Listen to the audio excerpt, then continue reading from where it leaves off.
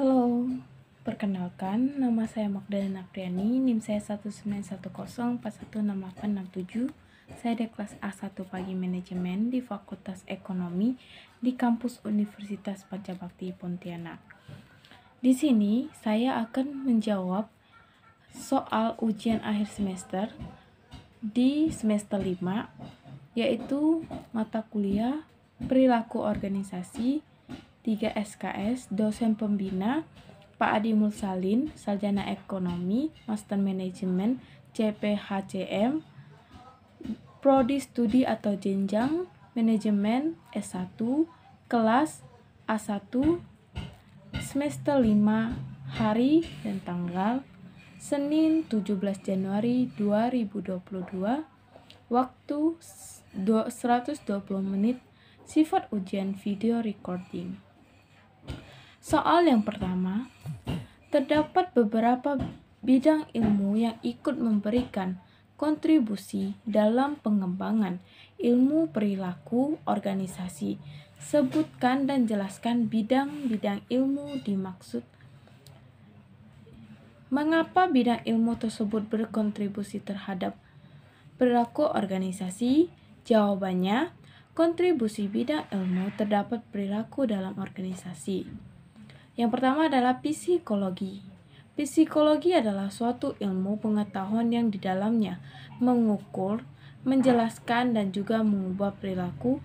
Kontribusinya ilmu ini pada perilaku organisasi adalah dalam hal motivasi, pembelajaran, kepribadian, persepsi, efektivitas kepemimpinan, pelatihan, pengambilan keputusan individu, kepuasan kerja, penilaian kerja, kinerja, pengukuran sikap, desain kerja, seleksi karyawan, dan juga stres karyawan. Yang kedua adalah psikologi sosial. Psikologi sosial adalah salah satu bidang dari studi psikolog yang di dalamnya menggabungkan berbagai konsep psikologi dan sosiologi dengan memusatkan perhatian yang saling adanya ketergantungan pada setiap orang. Kontribusi studi ini dalam bidang perilaku organisasi adalah merubah sikap, merubah perilaku, proses kelompok, dan mengambil keputusan kelompok. Yang ketiga adalah sosiologi. Sosiologi adalah suatu studi tentang setiap orang dalam hubungannya antara sesama, pemahaman terkait sistem sosial, dan interaksi sosial manusia akan menyatu dalam suatu sistem sosial. Sumbangsinya dalam perilaku organisasi adalah tim kerja, dinamika kelompok, perilaku antara kelompok, konflik, perubahan organisasi, teori organisasi, formal, dan budaya organisasi. Yang keempat ada antropologi. Antropologi adalah suatu studi terkait masyarakat, terutama terkait masyarakat manusia juga kegiatannya. Sumbangsinya dalam perilaku organisasi adalah analisis lintas budaya, nilai komparatif, dan lingkungan organisasional. Yang kelima adalah ilmu politik. Ilmu politik adalah pengetahuan terkait perilaku individu dan juga kelompok dalam suatu lingkungan. Ilmu politik sumbangsinya yang sangat kuat dalam perilaku organisasi adalah tentang politik interorganisasional, konflik, dan juga kekuasaan. Soal yang kedua, mengapa perilaku organisasi penting dipelajari oleh mahasiswa manajemen? Apakah perilaku organisasi juga perlu dipelajari oleh manajer sumber daya manusia di suatu perusahaan? Kenapa? Beberapa manfaat dari mempelajari perilaku organisasi adalah sebagai berikut. Analisis perilaku organisasi juga akan sangat membantu mencegah adanya masalah dengan organisasi, memberikan motivasi dasar pada setiap manajer agar bisa memberikan pengarahan dan mengontrol bawahannya secara lebih efektif. Perilaku organisasi akan bertindak sebagai map untuk kehidupan anggota yang ada di dalam organisasi. Selanjutnya, melakukan penelitian yang sistematis dan berguna untuk memahami dan juga memprediksi kehidupan organisasi tersebut. Selanjutnya, perilaku organisasi akan membantu setiap individu dalam memahami perilaku mereka sendiri dan juga orang lain yang berada di dalam organisasi sehingga bisa meningkatkan hubungan interpersonal antar setiap individu yang berada di dalam organisasi tersebut. Membantu setiap manajer untuk bisa memahami dan juga memengaruhi lingkungan dan juga kejadian ataupun masalah yang ada pada organisasinya. Analisa perilaku organisasi juga akan sangat membantu mencegah adanya masalah dalam organisasi yang selanjutnya memberikan motivasi dasar pada setiap manajer agar bisa memberikan pengarahan dan mengontrol bawahannya secara lebih efektif. Perilaku organisasi juga berguna untuk menjaga setiap hubungan industrial perusahaan. Yang terakhir adalah jika berbagi prinsip manajemen bisa diterapkan secara efektif di dalam organisasi, maka akan sangat membantu dalam hal memberikan motivasi pada karyawan juga mempertahankan mereka di dalam organisasi. Yang ketiga adalah sebutkan dan jelaskan prinsip-prinsip dalam perilaku organisasi. Ada prinsip-prinsip perilaku organisasi terdapat beberapa prinsip, yaitu antara lain yang pertama adalah manusia berbeda perilakunya karena kemampuannya tidak sama. Yang kedua adalah manusia mempunyai kebutuhan yang berbeda, yaitu manusia berperilaku karena didorong oleh serangkaian kebutuhan dan setiap orang memiliki kebutuhan berbeda dalam kebutuhan orang lain. Yang ketiga adalah orang berpikir tentang masa depan dan membuat pilihan tentang bagaimana bertindak, yaitu kebutuhan dari setiap orang dapat dipenuhi lewat perilakunya masing-masing.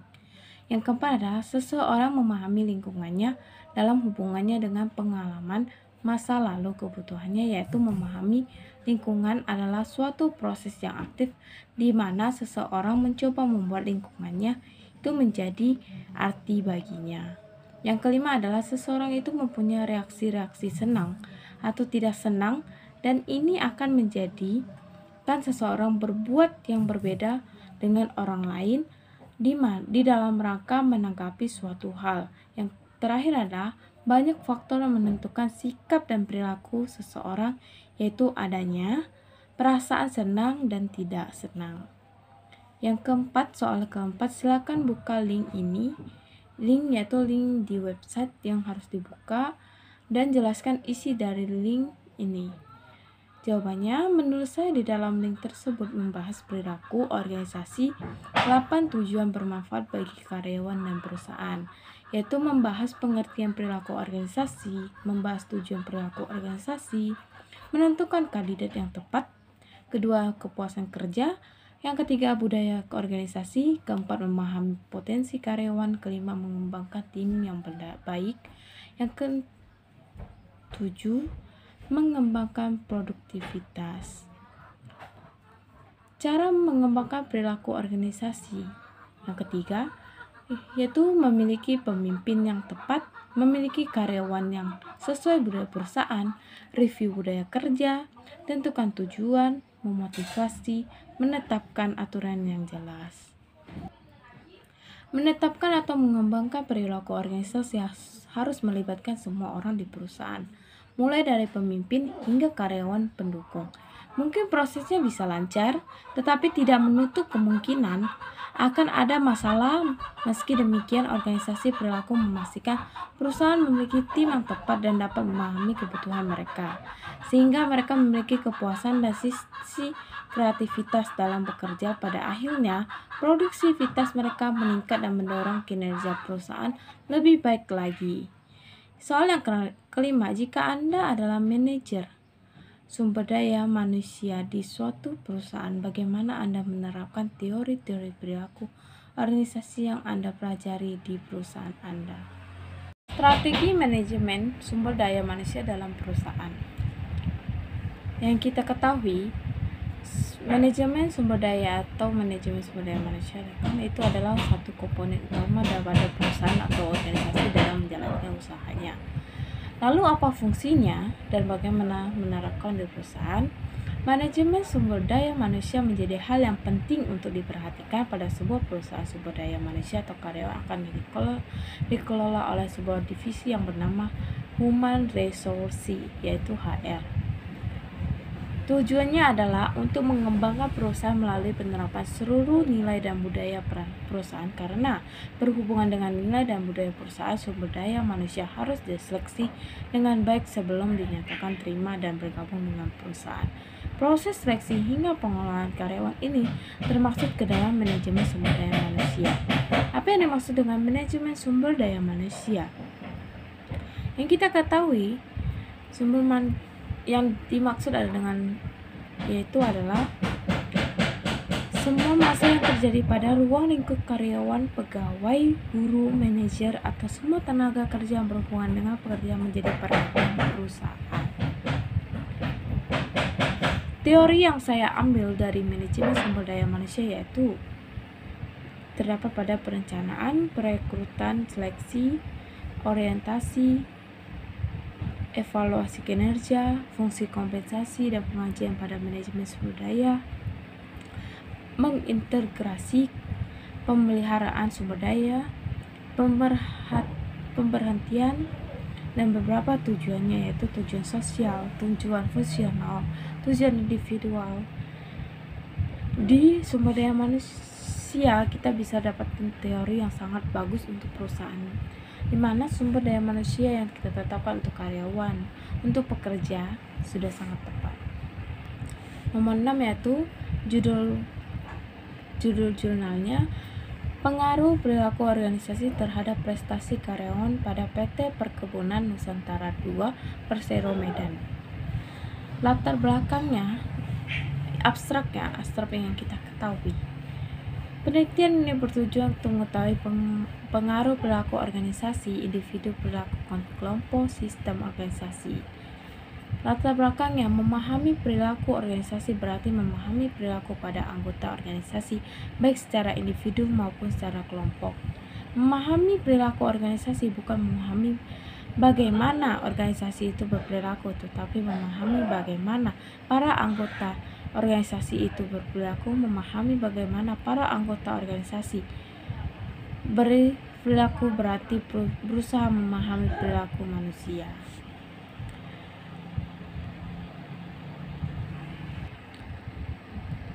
Setelah dilakukan pengolahan data, diperoleh hasil seperti yang kita ketahui, walau tidak kita bisa lihat, dia berbentuk sebuah tabel uji variasi perilaku individual.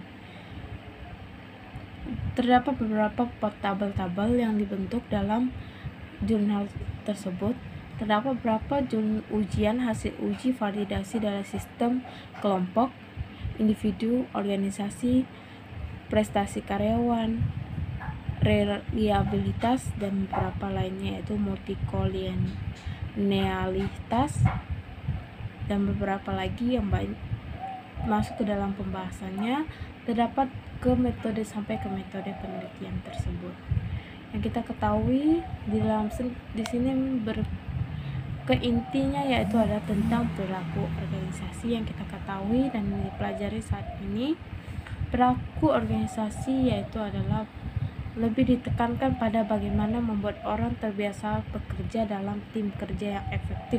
Kinerja tim lebih unggul daripada kinerja individu-individu di luar tugas yang harus dilakukan menuntut keterampilan ganda. Yang ketujuh adalah ada dua faktor yang membentuk perilaku individu. Sebutkan dan jelaskan. Dua faktor pembentuk perilaku yaitu faktor internal dan faktor eksternal. Pertama, faktor internal yaitu semua faktor yang berasal dari dalam diri individu seperti motivasi, persepsi, minat, kebiasaan, dan sebagainya yang mendorong individu berperilaku. Yang kedua adalah faktor eksternal yaitu faktor yang berasal dari luar diri individu seperti sosial, budaya, politik, dan lingkungan lainnya yang membentuk perilaku individu. Yang ke-8, jelaskan hubungan antara nilai-nilai dan perilaku individu. Berikan contoh dalam penjelasan Anda. Hubungan antara perilaku individu dalam organisasi adalah bentuk interaksi antara karakteristik individu dengan karakteristik organisasi. Setiap individu dalam ditentukan oleh masing-masing lingkungannya yang memang berbeda. Nilai-nilai atau bahasa tetap valid merupakan tuntunan atau pedoman yang mendasari bagaimana seseorang atau sebuah organisasi berpikir, mengambil keputusan, bersikap, dan bertindak. Nilai-nilai merupakan dasar tertentu, acuan, dan motor penggerak motivasi sikap dan tindakan. 9. Apa yang dimaksud dengan keberagaman dalam organisasi? Jelaskan jawaban Anda. Keragaman dalam organisasi atau diversity in organization merupakan suatu hal yang sangat penting saat ini. Diversity in organization adalah keragaman atau perbedaan di dalam suatu organisasi. Keberagaman di tempat kerja mampu menciptakan lingkungan yang positif dengan segala perbedaan yang dibawa masing-masing orang-orang memperkerjakan orang-orang dengan kepribadian dan kreativitas yang berbeda, membantu perusahaan mendapatkan berbagai perspektif dan ide baru. Yang 10 adalah sebutkan dan jelaskan jenis keberagaman dalam organisasi. Keberagaman adalah suatu kondisi pada kehidupan masyarakat. Perbedaannya seperti itu ada pada suku, bangsa, ras, agama, budaya, dan gender. Keragaman yang ada di Indonesia adalah kekayaan dan keindahan bangsa. Keragaman dalam organisasi adalah diversity in organization merupakan suatu hal yang sangat penting. Saat ini diversity in organization adalah keragaman atau perbedaan di dalam suatu organisasi. Dengan keberagaman, organisasi dapat memperoleh berbagai pandangan, kemampuan, dan berbagai hal untuk mengatasi permasalahan organisasi atau perusahaan dan dapat juga meningkatkan efektivitas perusahaan. 11. Sebutkan tugas-tugas yang sudah Anda kerjakan pada akhir kuliah. Perilaku organisasi, jelaskan tugas yang Anda buat tersebut. Yang pertama yaitu tugas-tugas yang pertama lebih banyak ke Google Meet di awal pertemuan, dan selanjutnya dosen memberikan tugas video record, yaitu merecord video bab 1, 2, 3, dan 4 sampai 5 dan 9, video record persepsi tentang high informant dan low informant, video record mengenai perilaku organisasi, video record mengenai program MDKM di prodi manajemen, video record tentang tantangan dan peluang di era digital. Sekian dari saya ucapkan terima kasih.